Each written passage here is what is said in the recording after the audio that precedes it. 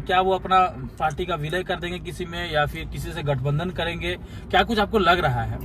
इस प्रकार से पत्रकार के बारे में, इस प्रकार से पत्रकार के ऊपर जो है सो टिप्पणी करना, या फिर उनको धमकी देना, एक धमकी भरे लहजे में उन्होंने कहा कि आप चुप रहिए, एग्रेशन के साथ, तो ये कहाँ तक सही है? और अगर आप इस तरह का भाषा का प्रयोग करेंगे या फिर इस तरह का आप अगर एक्शन लेते हैं तो फिर वही कहावत चरितार्थ हो जाएगा, आंख के बदले आंख निकालना।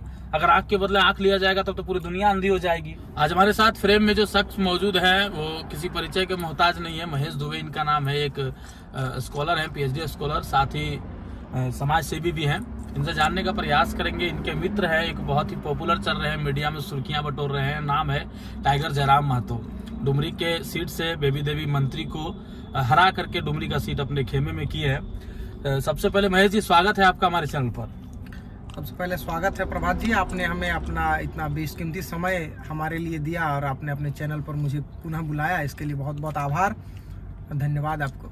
आपका वीडियो जब भी हम अपना चैनल पर डालते हैं लोग बहुत प्यार देते हैं, बहुत उसको देखते हैं, शेयर करते हैं। तो आज मैं आपको इस मुद्दे पर पूछने वाला हूं कि आपके जो साथी है टाइगर जयराम महतो जी, वो तो डुमरी से सीट जीत गए हैं, लेकिन ऐसा क्या हुआ कि पार्टी जो है केवल एक ही सीट पर सिमट करके रह गई? क्या स्ट्रेटेजी फेल हो गया आप लोगों का, या फिर क्या कुछ हुआ, बता सकते हैं तो बताइए। देखिए, सबसे पहले हमारी पार्टी नई नवेली पार्टी 3 महीने की पार्टी है और हमने एक सीट तो जीता, बाकायदा एक सीट हमने जीत के आया। जो हमारे सुप्रीमो, जो हमारे पार्टी के हमारा मित्र है टाइगर जयराम महतो, वो जीत के आया, विधायक बना, एक गरीब का बेटा। उन्होंने एक नई राजनीतिक ये चेतना झारखंड में जागृत की कि एक गरीब का बेटा भी राजनीति में आज, या पैसे की, देखिए आज की राजनीति पैसों की राजनीति है, माफिया की राजनीति है, धनबल के दम पर राजनीति होती है, चाहे किसी भी पार्टी का आप देख लीजिए। जो ग्राफ बन चुका है राजनीति का आज, उसमें पैसा और पावर ही बोलता है। वहां पर वैसे परिदृश्य में जयराम जैसा एक शख्स, जो गरीब घर का बच्चा, माड़ भात खाने वाला बच्चा, एक सदन में झारखंडियों की आवाज बनकर पहुंचा है। हम एक सीट में जीते। हाँ, कुछ न कमियां रही पार्टी में, कुछ गैप रहे। हमारा हार्दिक इच्छा था कि हम 7-8 सीटों पे जीत के आए, JLKM पार्टी 10 सीटों तक जीत के आए। हमारा लक्ष्य था, हम लोग इस दिशा में काम कर रहे थे, लेकिन कुछ चूक हुई, कुछ पार्टी में आंतरिक चूकें हुई, जिसके कारण ऐसा हुआ कि हम एक ही सीट पर सिमट कर रह गए। लेकिन भारतीय जनता पार्टी का भी इतिहास आपको बताएं कि कभी 2 पार्टी से जीत के आने वाली पार्टी 400 सीटों तक पहुंच सकती है। तो हम एक सीट से एक 40 सीट में जाएंगे और पूर्ण बहुमत की सरकार भी बनाएंगे। आपने भारतीय जनता पार्टी का नाम लिया, तो विपक्ष की भूमिका में भारतीय जनता पार्टी है, साथ ही साथ जयराम जी को भी देखा जा रहा है कि अकेले वो न NDA में न UPA इंडिया अलायंस में है, वो अकेले हैं।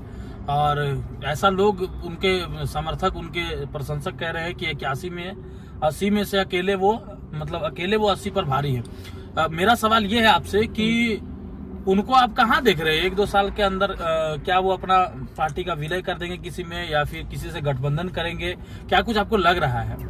देखिए, राजनीति तो आप जानते हैं, राजनीति और क्रिकेट अनिश्चितताओं का खेल है। अंतिम गेंद में बाजी पलट सकती है, लेकिन यह कहना कि जयराम पार्टी का विलय करेगा या जयराम किस खेमे में जाएगा, इंडिया अलायंस में जाएगा कि NDA में जाएगा, ये सब अतिशयोक्तिपूर्ण बातें हैं। मैंने आपको पहले भी कहा कि हम झारखंड की राजनीति में नई चेतना लेके आए हैं, नया विकल्प लेके आए हैं। तो हम किसी भी खेमे में नहीं जाना चाहते हैं, ना इंडिया अलायंस में जाना चाहते हैं, ना NDA में जाना चाहते हैं, क्योंकि एक की राजनीति है, बटोगे तो कटोगे। एक का राजनीतिक स्टैंड है कि केवल माइनॉरिटीज को लेके आगे बढ़ना, या फिर केवल जातिवाद के नाम पर समाज को बांटने का काम करना, बांटने का काम करना। मतलब NDA, देखिए भारतीय जनता पार्टी या NDA का जो खेमा है, उन्होंने पूरे झारखंड चुनाव के समय बटोगे कटोगे ऐसे मुद्दे को लेकर झारखंड में राजनीति की रोटी सेकने का प्रयास किया, जिसके कारण भारतीय जनता पार्टी या NDA को भारी असफलता मिली।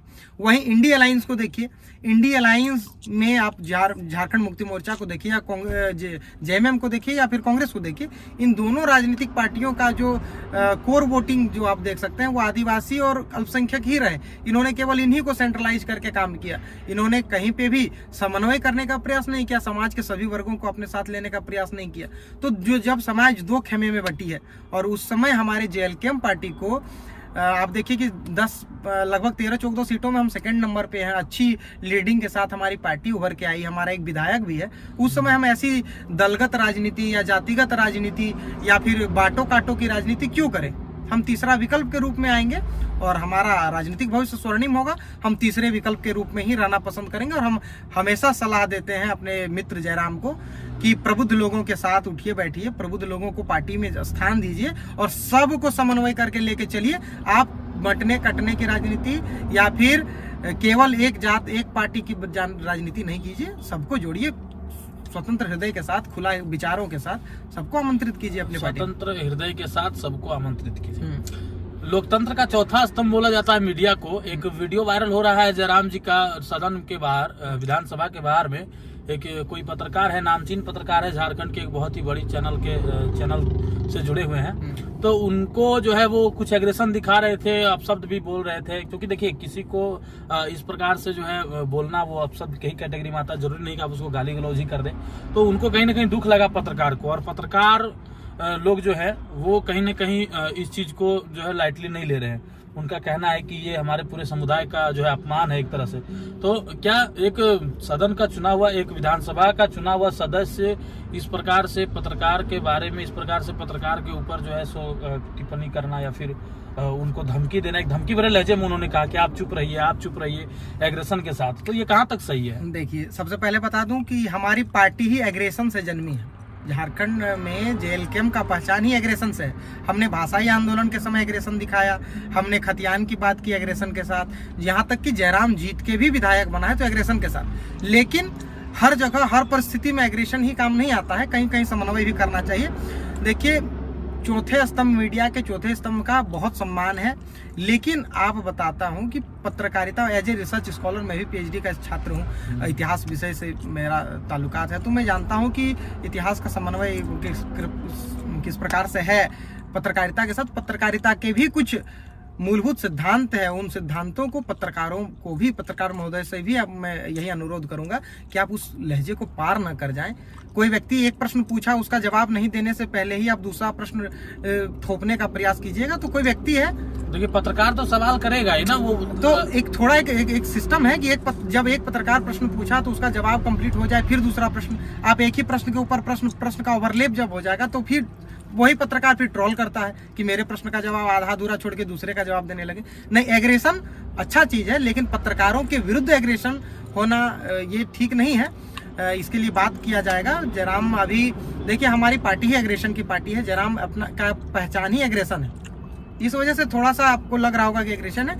हमारा मित्रवत संबंध है उसके साथ, हम बैठेंगे, बात करेंगे। छोटी बड़ी माँ के गर्भ से कोई सीख के नहीं आता है, वो अभी नया नवेला है, अभी उसने राजनीति में एक सीट जीत के आया है। राजनीतिक साम दाम दंड भेद सीखने में थोड़ा समय लग सकता है, तब जब तक वो परिपक्व नहीं हो जाता है तब तक ये छोटी बड़ी बातों को माफ कर देना चाहिए, बच्चों की गलती समझ के। इस बात को माफ किया जाता है, लेकिन अब माफ करना नहीं करना वो तो जनता के हाथ में है, पत्रकार बंधुओं के हाथ में है। लेकिन ब्यूरोक्रेट्स पर भी वो बहुत नकेल कस रहे हैं। अच्छी बात है ब्यूरोक्रेट्स पर नकेल कसना, परंतु संवैधानिक दायरे में रह करके करा जाए तो बहुत अच्छी बात है। अभी हाल ही में उनका बहुत सारा वीडियो वायरल हो रहा है, अपने आप को मतलब नायक फिल्म के हीरो की तरह वो प्रेजेंट कर रहे हैं। एक जेई या वीडियो से किनसे वो बात कर रहे थे, एक वीडियो मैंने देखा था, उसमें उन्होंने कहा कि पटक के मार देंगे, यहीं पटक के मारेंगे। तो क्या पटक के मारने वाली भाषा जो है शोभनीय है एक निर्वाचित सदस्य के लिए? मैं एक बात कहता हूँ, मैंने शुरू से जो गलतियां हुई हैं उन्हें उजागर करने के लिए मैंने व्यक्तिगत रूप से भी, सोशल मीडिया के भी माध्यम से उसके विरुद्ध में अगर वो कहीं गलती करता है तो उसको मैंने चेताने का काम किया है।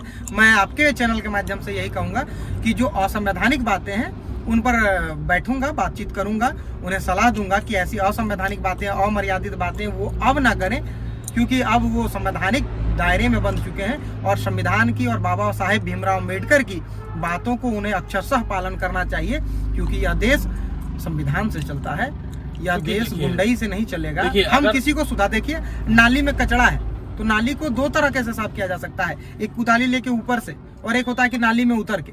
तो जयराम को हम ये नहीं कहेंगे कि नाली साफ करने के लिए आप नाली में चले जाएं। नाली को साफ करने का बहुत सारा तरीका है। आप स्वयं जब डिसिप्लिन में होंगे, आप जब स्वयं मर्यादित होंगे तो आपके साथ जो अफसर काम कर रहे हैं वो भी अपने आप मर्यादित हो जाएंगे। जैसा आप रहिएगा आपके साथ, देखिए हो सकता है कि पूर्ववर्ती जो नेता होंगे वो उनके साथ ऐसा चलता होगा रिलेशन कि वो भ्रष्टाचारी लोगों को साथ देते होंगे, पनाह देते होंगे। जयराम उन लोगों को पनाह नहीं दे, वो अफसर उसी के अनुरूप काम करेगा।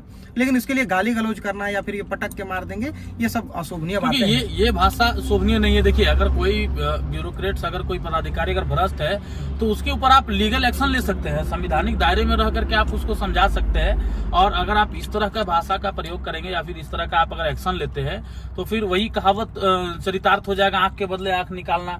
अगर आंख के बदले आंख लिया जाएगा तब तो पूरी दुनिया अंधी हो जाएगी। नहीं, ये सब बातें नहीं है। देखिए, मैंने पहले ही कहा कि वो थोड़ा अभी नया खून है, बोलेगा, वही हाल है। नया खून है, नया जोश है, तो वो भी चाहता है। देखिए, वो सताया हुआ लड़का है, प्रताड़ित है, शोषित है, वंचित है, और उसे आज वो सफलता मिली है तो वो चाहता है कि जो दुख उसने झेला है, जो दुख उसने सहा है, वो उसके समाज के लोग ना सहे, उसके जो वोटर हैं डुमरी के वो ना सहे। इसलिए वो जनता के लिए वो ऐसा एग्रेशन है। आप बताता हूँ, कभी कभी हमारा भी खून खोलता है जब देखता हूँ कि सरकारी सुविधाओं प्राप्त व्यक्ति या कोई अधिकारी अपने पावर का गलत दुरुपयोग करता है और गरीबों को सताता है, तो हमें भी लगता है कि हम भी डंडा उठाएं, हम भी कुछ असंवैधानिक कृत्य करें ताकि सरकार सुने। लेकिन हर चीज़ का जवाब, ईंट का जवाब हर जगह पत्थर से देने की ज़रूरत नहीं है, वो एक कलम से भी दे सकते हैं। वो कलम के पुजारी हैं, वो भी PhD स्कॉलर हैं, और अब एक माननीय विधायक हैं डुमरी के, वो 3 लाख जनता के प्रतिनिधि हैं, और हमारे पार्टी JLKM पार्टी के वो सुप्रीमो हैं। तो पूरे झारखंड के भी उनके जितने भी उनके फॉलोवर, उनके पार्टी के सदस्य हैं, उन सबके वो अभिभावक हैं। तो उनका व्यवहार विधि सम्मत हो, न्याय सम्मत हो, तर्क संगत हो और संवैधानिक हो, इसके लिए हम लोग प्रयास करेंगे। मिलेंगे, बैठेंगे, बात होगी, और आपको बताता हूं कि 6 महीने के अंदर आपको उनके अंदर वो परिपक्वता नजर आने लगेगी कि हाँ, ये अब एक मैच्योर्ड राजनेता बन चुके हैं और हमारी पार्टी का भविष्य भी स्वर्णिम होगा। चलिए, ये थे हमारे साथ महेश दुबे जी। इनसे हम लोग रूबरू हुए, जानने का प्रयास किए, कुछ मुद्दों पर बात हम लोगों ने रखा। वीडियो को पूरा जरूर देखिएगा और वीडियो बिना स्किप किए हुए देखिएगा। साथ ही चैनल पर अगर नए आए हैं, पहली बार आए हैं, तो चैनल को सब्सक्राइब जरूर कीजिएगा और वीडियो को लाइक, शेयर, कमेंट करना बिल्कुल मत भूलिएगा। धन्यवाद।